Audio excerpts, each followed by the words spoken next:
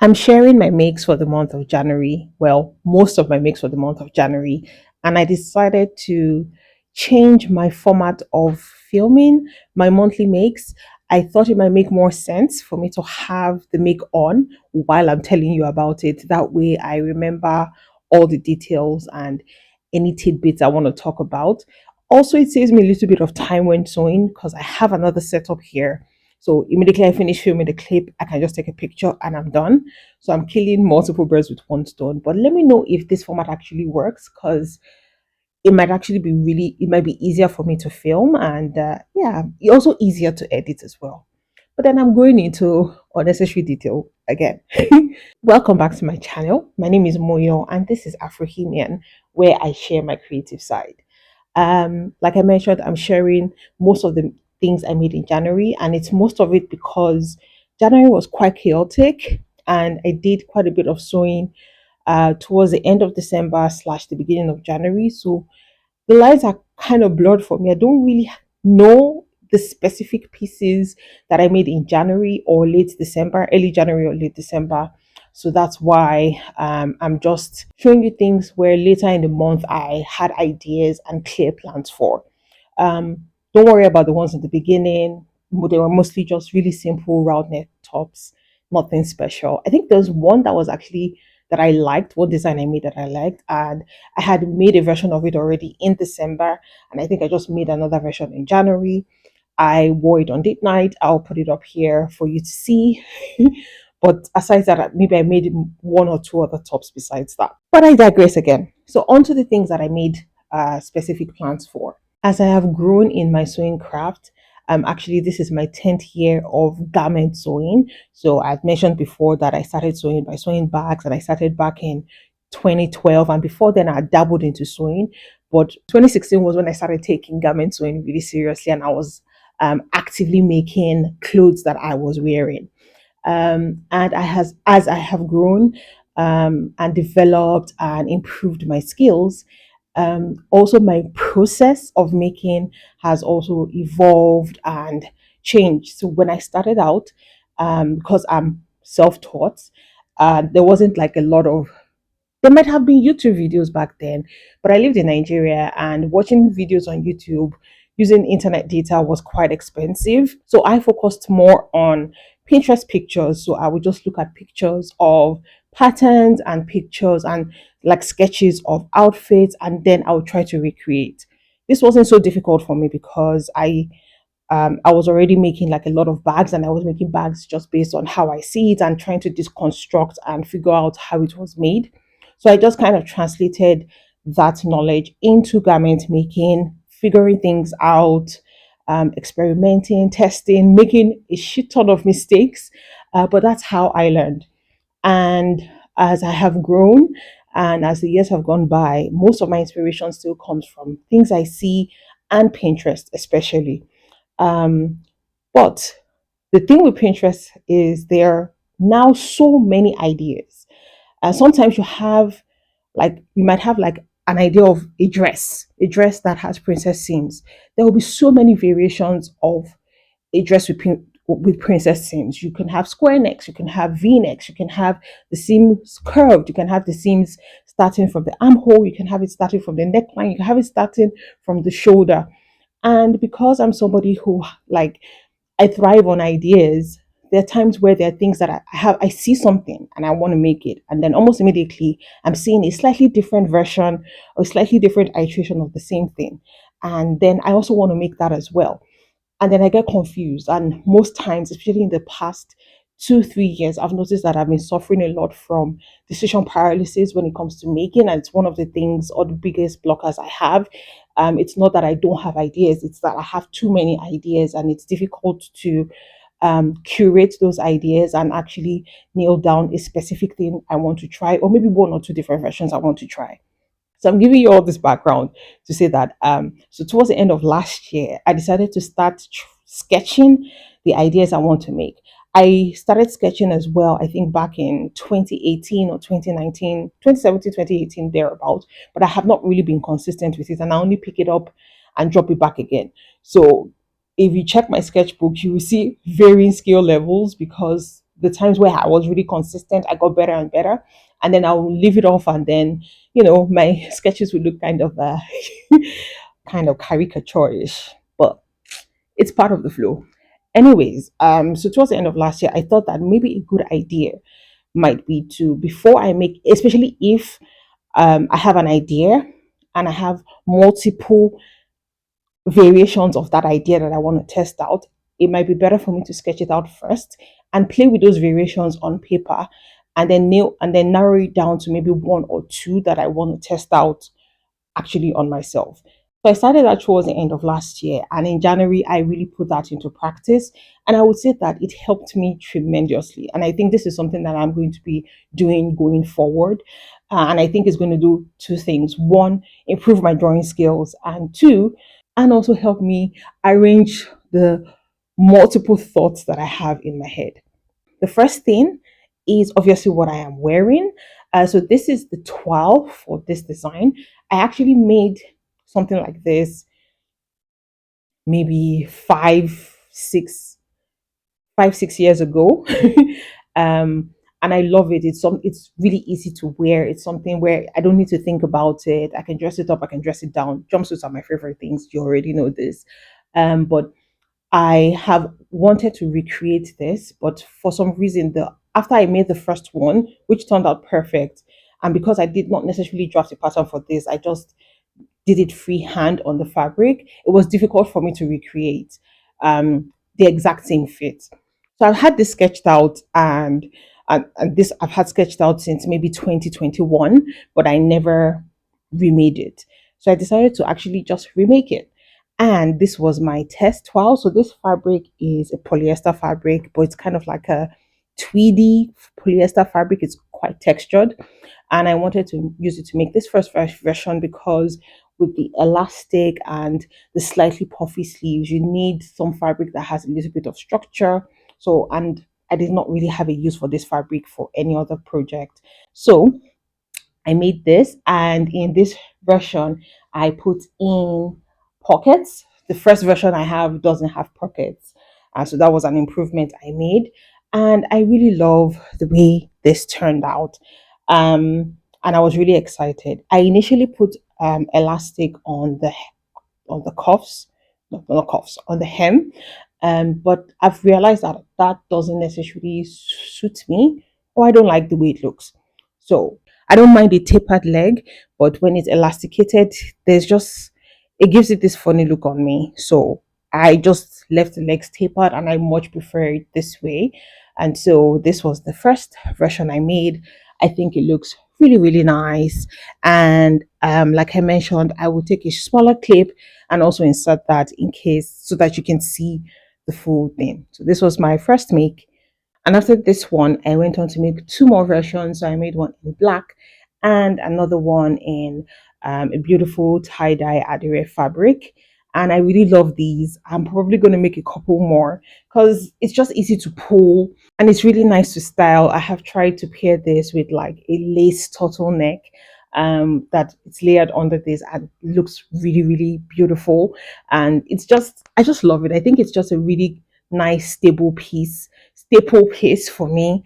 And it's something that I would be getting a lot of wear of this year and also, you know, in the future because the one I've been wearing it for God knows how long, 6, 7 years. So yeah, I've added more to the collection. So after those three jumpsuits, and the next thing I decided to pick up is this one. Technically, I finished this in January, but I started it back. I'm not sure. I think I started it last year or something. I wanted to sew this style initially, and after I made the twist top, it looked horrible. I mean, this is why sometimes it's good to make a trial of something to see if it works for you, and it's also good to kind of know your body. I already suspected that that style was not going to work for me because all the models I have been seeing and all the pictures of people I have been seeing in that particular style are people who are a little bit small chested, and I'm quite full chested. So I already had fears that it wasn't going to fit well around the bust, and it did not. I was spilling everywhere. I was spilling under, I was spilling on top, There was absolutely no coverage. It did not work. And immediately that happened, I was just a little bit disappointed, and I just dumped this in my unfinished pile. And it's been there for months, I think almost a year. And while I was in the spirit of, getting things done, I just thought it's a good time for me to pick this up again and actually just finish it.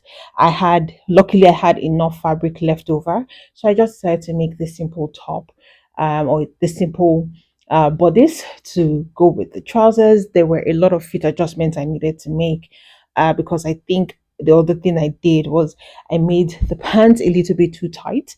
But luckily, I was able to fix it, and I am able to wear this, and I'm super happy with this, and can't wait to wear it for summer this year, spring this year. I have not tried it yet, but I think I can also layer this and make it work for the cooler month. I might be able to layer like a turtleneck underneath, and yeah. One thing I'm also trying to challenge myself to do is make my summer clothing, or some of my summer clothing, work for the winter. At least the things are not too light. With this one, it's going to need a lot of layers, a layer underneath for the chest, a layer underneath for the trousers, or for the lower part so that it doesn't get cold. And that might be too many layers for me. But I'm challenging myself to do a bit more and be a bit more creative with my wardrobe. But again, I digress. So that is this outfit. Then we move on to this dress, or this design. So for this one, I was inspired by this dress from Shein. I had made a version of this last year summer, and it turned out okay, but it was a bit tricky because I wanted this halter neck front and the way the back was in the original photo. But then it was a little bit tricky, especially with the connection here at the halter neck. So let me see if I can come closer and explain a little bit better. So basically, um, on the original version, the way the bias goes is it goes up to the tape and then goes across the shoulder to connect to the back. And you need to be really precise with the sewing at the center, because you're not crossing the bias tape over. They just meet and then go all the way to the back. That's the only way to make it, um, to make that bias go round, because it's also what is finishing the armhole. And if it's not attached properly, or if you try to cross it at the front, what happens is it gets twisty in the back, and you don't want that. So I was trying to find like a shortcut, and I had seen this um, design, and this one instead has the back similar to the front. So that way, when you cross over the bias tape at the front, you can also cross it over at the back, and that way you don't have anything twisting weirdly. And like you can see, I made it. I don't like it. But I really love the halter with that back. I don't really like this back with this halter design. It looks good, but it's not what I wanted. It doesn't give me the same vibe that that other one gives me. So I made this version, and this is now like a wearable towel. I've already worn this so much around the house. It's ridiculous. If you look closely, it's clean, but I have so many threads on it because I've been wearing it. This is what I've been wearing to sew almost all the other things that I have or the things I have left to show you. But anyways, this was the first version. And then I decided to go back to the drawing board and actually make the original version that I liked. I tried to be a little bit better with attaching the bias tape. It was tricky, but I think I've gotten the hang of it. And I'm going to make a few more versions so that it's perfect. But this is the first version. I'm going to wear the second one and show you so that you can see the difference between both of them. So this was the original design. So you can see it has the halter front, but it doesn't cross over. It just meets in the middle here and then goes all the way to the back. So you can see the style of the back. It's almost like a racer back detail. And I love this. It's just something about this that I think suits me more, or I just prefer to having both the front and the back look similar. I think it's just because it's a bit unexpected. So when you see the front this way, you're expecting something a little bit different. At the back, I like that it's a little bit covered. And yeah, so this was the next version I made. This is fabric I was not so crazy about, so this is also kind of like a wearable towel, but it turned out great, and I'm glad that it's a towel that I can use as basically a finished version. And I decided to use some black bias binding, just to give it that contrast, and I think it looks really really good and a little bit sporty. I'm not typically a sporty girl, but I love this. So this was the next version I made. And then I love this so much, I decided to go ahead and make it a third time. And then this time, I will show you in the clip here. I have it in this. It's also like a knit fabric. I think the other thing I need to tell you was this month I wanted to challenge myself with sewing a little bit more with knits, and that's why a lot of the things you see are knits.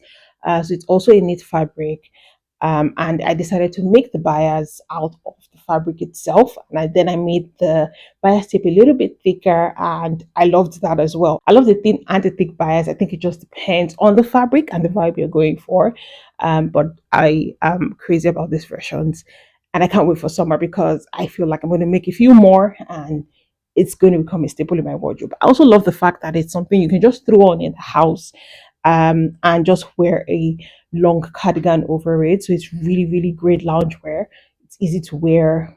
I love it. And next up, we have this sleeveless simple dress. Again, this is a jersey lycra. I made some leggings from this fabric also this month. I'll show you those at the end as well, and I actually remembered while I was trying this on. So you see, it's a good thing to try on and talk to you about it. But I had this fabric left over, and I decided to make a dress out of it. Again, I just wanted something that was more loungewear. I could wear it in the house with a cardigan. I could wear it out if I want to. And again, no big details. Wanted a V-neck. It has small dots here and also at the side. I know technically you're not supposed to add dots to knit garments, or you can omit that in knit garments. I prefer to have them in. Not so typically when I'm making woven garments, I use a two dot bodice for most of my designs because I'm full chested and I'm curvy. It kind of distributes things a bit more evenly, and I have a better fit with the two dot bodice. But for knits, I eliminate one dot and I just rely and then I just use one dot to make all of them. I think I can get away with having no dots in. I just prefer to have dots because it makes me feel more comfortable about the fit and more confident about the fit. So that's why I put dots into my knitted garments. Yeah, so that's this one. It's pretty simple. There's not much to say about it. I made it out of this, and then I had leftover fabric from the blue that I used to make the halter style, and I just made the same thing as well in that. So that's it. And then we move on to this number. If you've been watching a lot of my videos, I'm sure you have made heard me mention on more than one occasion that pink and white are my least favorite colors. And that is true, with the exception of a fuchsia or magenta pink. I think there's just something about the intensity and the vibrance of the color that I love, despite the fact that I don't love pink. If I'm going to wear pink at all, it's either magenta or fuchsia. So I have this magenta rib knit fabric. I got this from Stoffen. This design, I had sketched it. That's in a version of it. And this is also a design that benefited from sketching because with the ideas I saw, you could either have this a little bit of you could have the sleeves flared or tapered. You can have the neckline a V or a wide round neck, or scoop neck. I've seen a square neck as well. So there's so many variations of this that you can make, and there's so many ideas. But I sketched a couple of things out, and I decided to go with the V-necks. V-necks are kind of one of my favorites because they flatter my figure.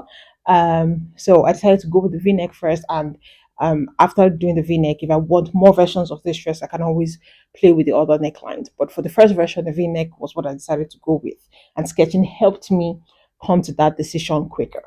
So yeah, I made this first one.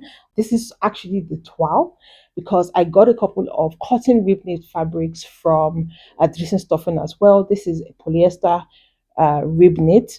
It's more of a velvety texture and it's supposed to be used more for loungewear. This came out really, really nice. I made it slightly a fit and flare silhouette rather than just a fitted pencil silhouette. And I love, again, sketching helped me come to that.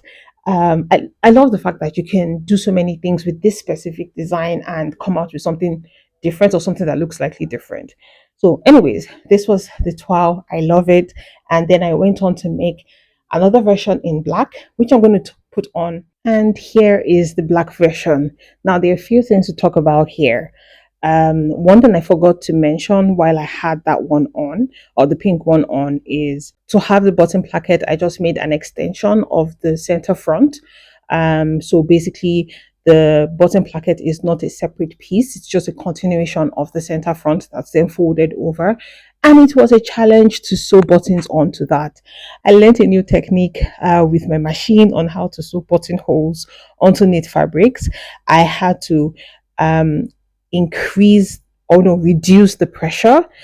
So I have a what I used to make this was a Singer heavy duty sewing machine, and there is kind of like a screw on top of the machine. I'll put in a clip and show you what that button is. And in order to sew the buttonhole onto the knit fabric, if you do not adjust that setting, what happens is once you start, because I have a one-step buttonhole on that machine, once you start the program, the fabric doesn't move. It feels like it's just stuck there because it doesn't, so it does not slide to the back as you're creating the buttonhole. I troubleshooted on ChatGPT and it had a couple of suggestions, but one of the things I tried was to reduce it's foot foot pressure or something like that. So I had to reduce that. And the other thing I did was add paper. So the tracing paper I use for my patterns, I just put it at the back of the fabric so that it glides easier, and that worked. And I was super happy because I would have been really disappointed if I was not able to make it, because the main feature of that dress is the buttons down the center front.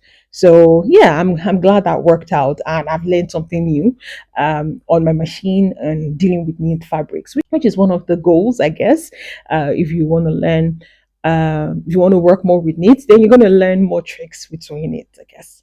So that was how I made the bottom placket for that version, and it was a bit tricky with finishing the neckline. I have a little bit of a gap, and I will show you in a clip a little bit of a gap. I don't like the way it's finished on the inside. It looks fine on the outside, but it's not really nice on the inside. So with this version, I decided to make the bottom placket a separate piece from the dress from the center front. So I have this piece, and basically the bottom placket also forms the neck binding or the neck finishing piece as well. So it goes all the way from the bottom round the back of my neck to the bottom again. So it's just basically a long strip of fabric that's attached. And I think it came out well. I like this method of finishing better. One thing I need to do is, and I knew I should have done it, but I was just feeling lazy, was to interface that piece because it's a little bit flimsy around the buttonholes. It's fine. It doesn't affect it in any way, but I think having a little bit more structure there would have made it better. And the reason why I didn't mind making those little mistakes on this version was with like the pink dress I showed you, I wanted this to be a full length dress. Um, I bought 3 meters of this fabric, but yeah, it was not enough to make a full length dress. This is the most I could get out of it. And typically when I buy fabrics, even because I buy fabrics without having a specific project in mind for it, because fabric buying is a separate hobby of mine. I typically buy at least 3.5 meters, between 3.5 and 4 meters of fabric that I really love, because I know that with 4 meters I can conveniently make a dress or a jumpsuit with sleeves. But yeah, c'est la vie. This is what I was able to get out of the fabric, 3 meters of fabric. It's a good thing because now I know that I need to buy more, and I'm going to get more because I need to make this in a black full length fit and flare V-neck flared sleeve version. But I think for my first few attempts working with knit fabrics and playing with new designs, I I'm really proud of myself. I'm proud of what I was able to achieve. So this is what this one looks like. You'll notice that for the hems, I just finished them with the serger. I've not turned them in or used. I have twin needles, but I haven't used it yet. I have never used a twin needle before. It's a bit daunting. I'm going to try it one day, but for this, I wasn't. I wasn't about to go through the hassle. So I just finished it with my serger, and you'll notice that it's multicolored because I use the multicolored thread on my serger because I'm not one of those people who really cares that much about matching the serger thread to the project. I think the most I would do is go between black, the multicolor, and maybe a light gray. Beyond that, I, I don't really care that much, and I'm taking it as a design feature for the clothes I make for myself. Those are all the well, most of the dresses that I made this month. There is one more that I made, but I'm not going to show you yet because it's a twirl for my Valentine's Day project. So I'm going to save that for that video so that I don't let the cat out of the bag. I don't really care that much, but I think it's just I don't want it to be repetitive to show you the twirl now and then in that video show you the twirl again. So that's the main reason why I'll save it for that video. And the last items I would like to show you from the things I made in the month of January are leggings. So like I mentioned, I'm trying to get more out of my wardrobe and be a bit more creative with my styling. I'm typically not someone who likes to layer. I just like wearing max two items of clothing. But with the weather, and if you still want to kind of look cute, layering is, I guess, the way to go. And even though it's not my strong suit, I wanted to try and at least layer with pieces that are not just basic, but like that work for me and suit my style. I think that's the most important thing because I'm not just going to go out and buy like a basic turtleneck. I know it seems silly, but it doesn't just feel like me. So that's why I probably wouldn't do it. So I decided to make some of these layering pieces with fabrics or make them such that they suit my style better.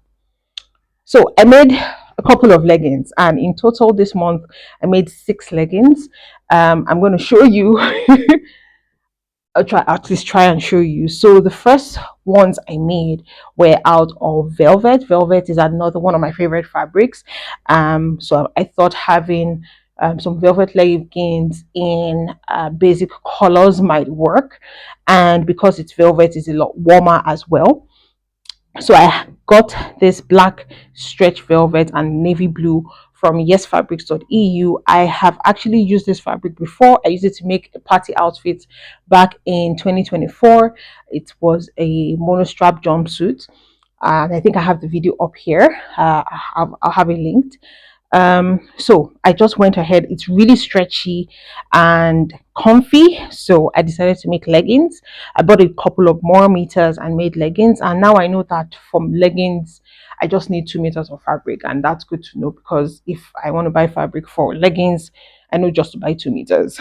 So I have these two, and I have worn them out already. These have been worn and washed maybe at least twice this month. I did a really big dressing stuff on haul back in November or December last year, and and I bought there was a fabric that they've had for the longest that I just wanted to try. I've never used it before, so I just wanted to know what it would feel like and how it would, behave in real life.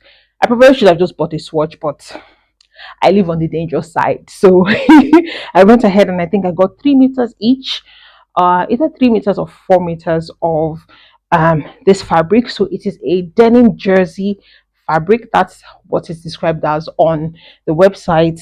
And I got it in black and I think middle blue. I think the colors is this color because there are 3 different blue shades, and I think this one is called middle blue. So, and I made leggings out of this, and I love these. I love these so much. I have already bought the other colors that they have. Really soft, it's very comfortable, and it's a little bit thick. I think it's more than 250 grams per square meter in terms of the density of the fabric. So it's really good quality and it's comfortable. So I made these two. And just to have some fun versions, like I mentioned, you've seen the dress that I made out of this fabric earlier. I made some leggings out of this. I don't need to say much about my love for animal print.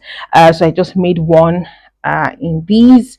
It's not necessarily the best for layering in the winter compared to these because it's really, really thin. But I like having some fun, crazy leggings, and I think I can wear them around the house and in the summer months. So I have this version here. And I made a dress from this jersey lycra last year. I think it was part of my collection, capsule travel collection for my Italy trip. So I had some left over, and I just decided to use the scrap for another pair of leggings. And it's really fun. It's fun, bold colors. I think it would be a really nice thing to style in the summer with like a chiffon shirt dress, long shirt dress, with buttons down the front, and then have this underneath, and then have the buttons, undone up onto the waistline. That's how I'm thinking I'm going to be wearing this in the summer. But yeah, I'm just glad to have some fun pants, some fun leggings in my collection. Yeah, and that's all the things that I made. It's now that I'm looking at everything together, it's quite a number of things because there are a few tops that are also part of this, but I don't know which one is which anymore. That's why I haven't shown you any. But yeah, I did quite a bit in January, but I'm happy. Sometimes when I have the creative energy and buzz, I just need to get it out and make when I'm in the mood to make, and I'm really happy with everything. They are going to be items that I'm going to wear over and over and over again in my wardrobe, especially the dresses. I'd mentioned last year that I wanted to make loungewear, and I think when I specifically put a goal to make loungewear, it never works out. But when I just make certain things that I can also wear as loungewear, then that's when it comes together for me. So most of the dresses that you see, the knit dresses, are things that would double as loungewear and also things that I wear out. So I'm going to get a lot of wear out of them. And some of them I have worn quite a bit already. This one I have worn, I think, once since I've made it, and I'm going to wear it again. It's probably what I'm going to wear for the rest of the day. So yeah.